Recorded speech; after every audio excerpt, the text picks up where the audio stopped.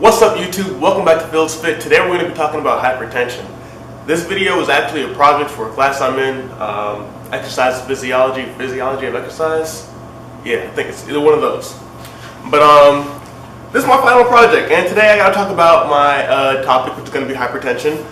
First of all, we're going to start out talking about do you have hypertension? What exactly is hypertension? So how to know if you have it. We're going to talk about what is it.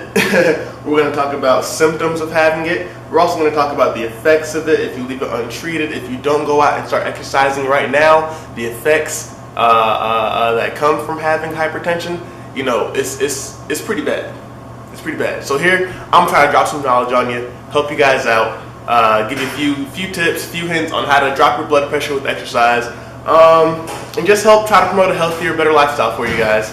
So listen up, hopefully you learn something good. Hypertension is the constricting of blood vessels due to any outside or even inside or biological reason.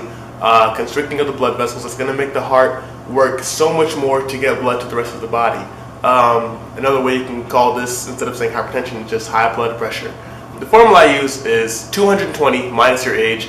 That is going to be your max blood pressure. Now, according to Mayo Clinic, average heart rate 40 beats a minute. My max heart rate is going to be 197. 220 minus 23, 197.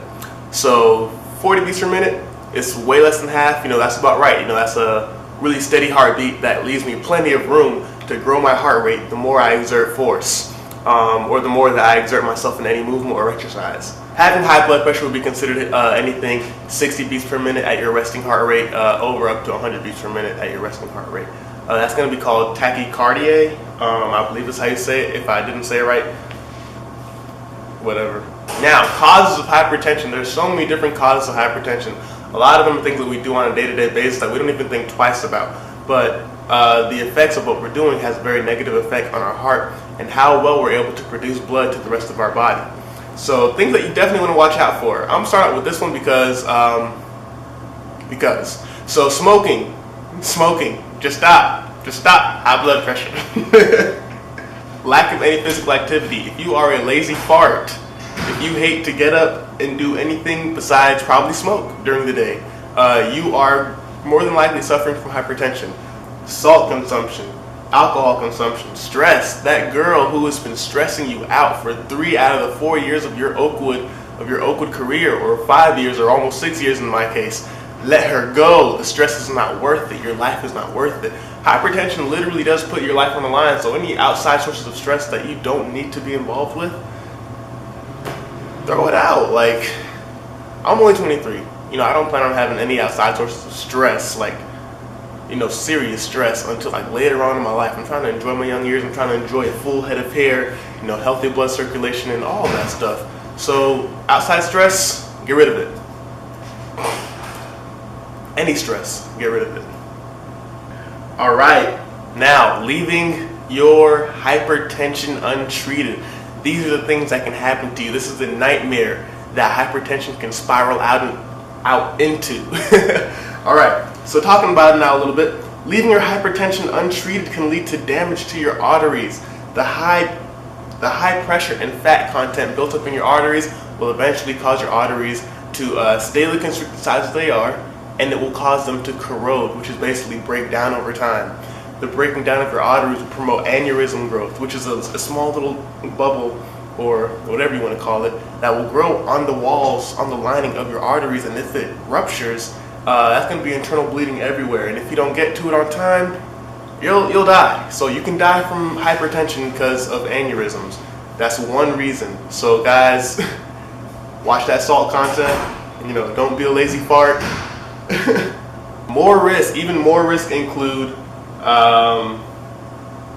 muscle damage, the narrowed blood vessels, and I mean this is the key component to every risk of having hypertension, is the narrowed blood vessels, the compromised blood supply to places that oxygen needs to get.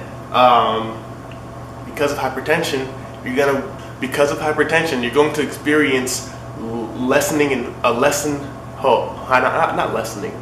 you're going to experience a drop in performance. That's how I should say it. Yeah, you're going to experience a drop in performance, like physical performance, mental performance. Like, Brain damage comes from hypertension, literally constricted blood vessels. You can't get oxygen to the brain, you can't think right. You know, your brain can't function right. This is, for the most part, an autonomic organ, or this functionality is autonomic, meaning that, you know, it just happens, it occurs on its own. You know, you don't have to think about making your brain work. Your brain is always working. And if you inhibit the nutrient flow to it, you know, it's not going to work as well. Now, I wanted to save this point for last. Now, hopefully this doesn't make the video too short, because I'm trying to make this video a little bit long. Has to be like 10 minutes, right? But this is one of the main things I wanted to hit. Sexual performance. I'm 23 years old. I'm sure no one in this class, well, maybe besides coach, should be over like 23, 24 at the very most. I'm too young to worry about this. Like, this should never be a thing. I'm in my prime of my life. I'm trying to be like this, you feel me? Like, and this is just keeping it like 100% real with you guys right now. Nobody wants to have to buy Viagra at the age of 21, 22. Like, at that age, you understand what I'm saying. You should not have that issue. I'm not going to go too indefinite anymore. You know, let me just sit back and let's continue on the topic. Now, that's not just going to be restricted to just guys, you know, with me talking about Viagra and stuff. Blood flow to the vagina, the natural lubrication that makes sex what it is, that will be inhibited as well by having hypertension. So one way that you can fix hypertension, the easiest way, the way that I love the most, exercise. HIIT training, high intensity interval training. This is a cardiovascular based type training, so that it's going to induce better blood flow to the rest of your body. All the vaso and vaso, however you want to call it, constriction that has occurred during your time of being hypertensive will now reverse. Your blood vessels will flourish, they will expand, blood flow will increase, promote better blood flow to all your appendages, to every autonomic function that happens in your body, so that you don't have to worry about it while you're asleep or even while you're awake, because you can't handle what that organ or what that muscle group or what that what's the word, or what that not operating system, freak, or whatever body part has to do. You guys get what I'm saying. Personally feel as if getting this message out is extremely important. A lot of people, especially my family, my community around me, they actually do not understand hypertension. They don't understand the very basics of how to start living a healthier lifestyle simply by changing up their diet or getting up and starting to move a little bit. As you see, I'm in a gym right now. Not too much equipment. But the thing is, you don't need much to get up and start moving. But I learned in school here at Oakwood that, you know, the cardiovascular based exercise helps decrease hypertension. I used to be all into just lifting the weights, pump iron, pump iron, pump iron. There's really nothing wrong with that. It's actually almost just as good as HIIT training, to be honest, if you do it at the same intensity level as HIIT training. It can be used just the same.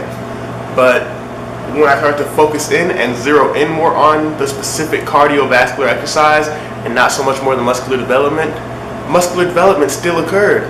The excess, well, not even the excess, but the better promoted blood flow to every separate muscle group allowed my muscles to receive the nutrients I was eating out throughout the day and really resupply and nourish and, what's the word I'm looking for? Regenerate those muscle groups.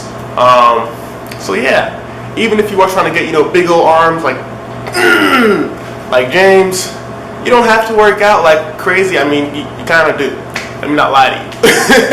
Promoting better blood flow, something as simple as that, will help you get to your fitness goals that much better, that much quicker, that much sooner, that much easier.